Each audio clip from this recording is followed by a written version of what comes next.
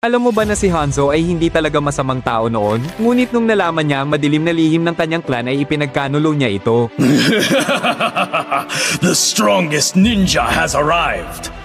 Si Hanzo ay dating tapat na ninja ng Scarlet Shadow Clan. Handang gawin ang lahat para protektahan ang kanilang mga lihim at sundin ang daan ng Nindo na mamuhay ng may dangal at katarungan. Siya ay matapang, malakas, at palaging matagumpay sa kanyang mga misyon.